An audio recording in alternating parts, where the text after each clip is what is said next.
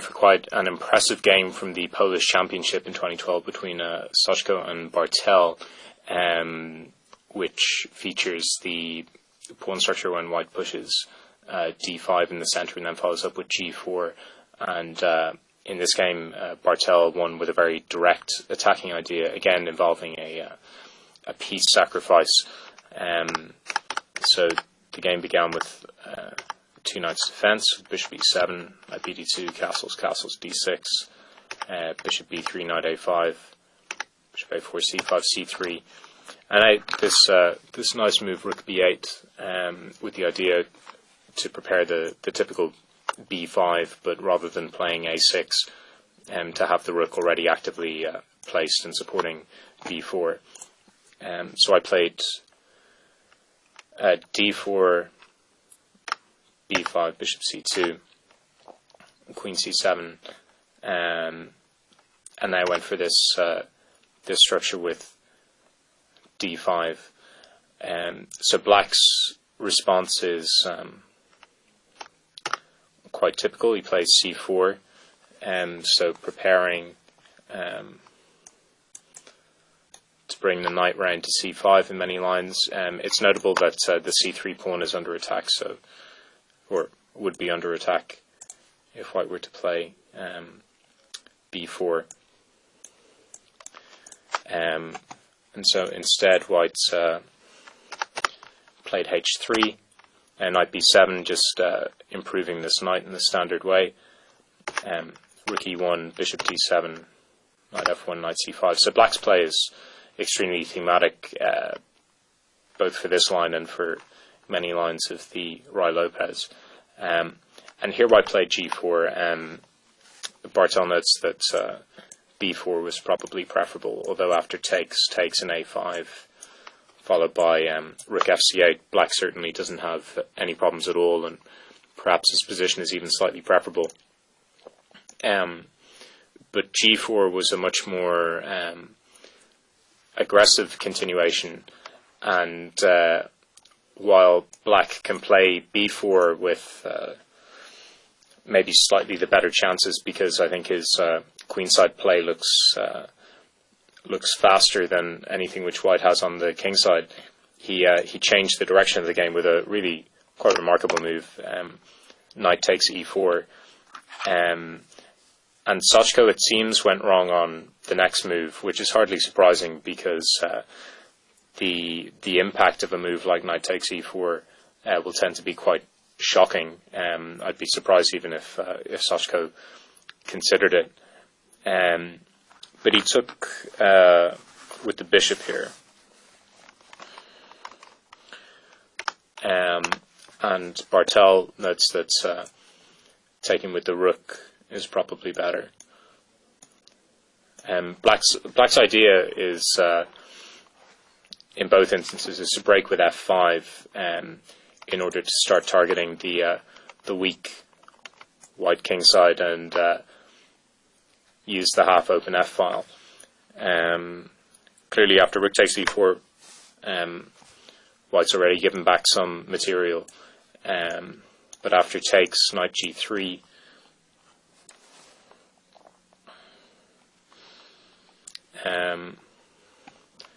bishop takes h3 would run into knight takes e5 and queen h5.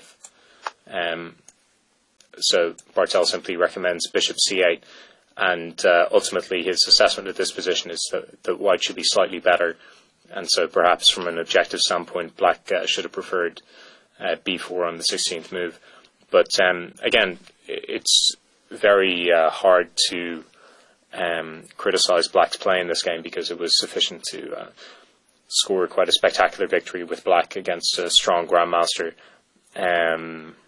And these kind of lines, I think, are always much easier to find afterwards with a computer rather than at the board with the clock ticking. So in any event, Soczko took with the bishop, but now black's idea is revealed after takes in f5. So for the moment, black only has one pawn for the piece, but he's going to collect more because of the weakened white pawns on the king side. So white takes, and now knight g3, trying to get some kind of control over the position, and if black were to take here, then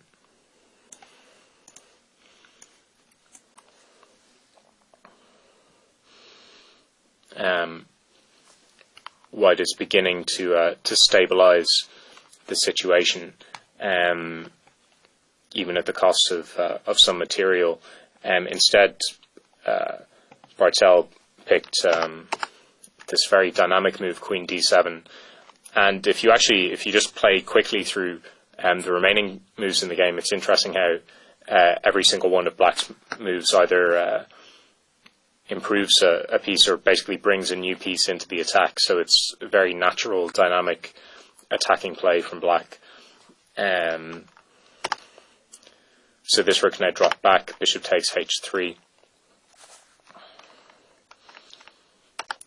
knight h2. There are significant alternatives on a lot of these moves, but nothing especially convincing for white in my view, and black's play is very logical. So bringing the rooks into the game, rook a4, bishop g6, queen h5, which after b takes a4 leads to a slight delay in black's or white's queenside play, and after rook a2, this move which I like very much, bishop d8. So the bishop comes to b6 in order to trade the bishop which is defending the f2 pawn.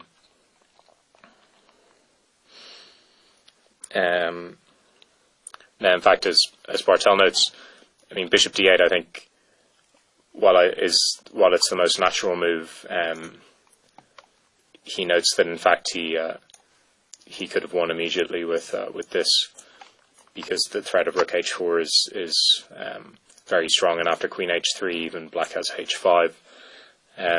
When if white takes, then again black plays rook h4, and otherwise black plays h4 himself.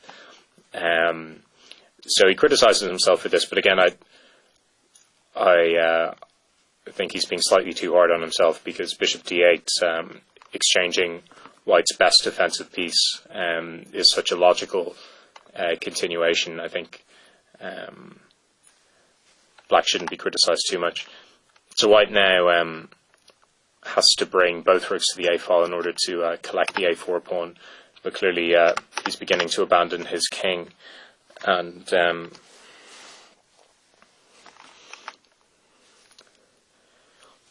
after these moves, white played queen e2, which it turns out is the last mistake. Bartel notes this remarkable line with queen takes, rook takes g3, and queen f1,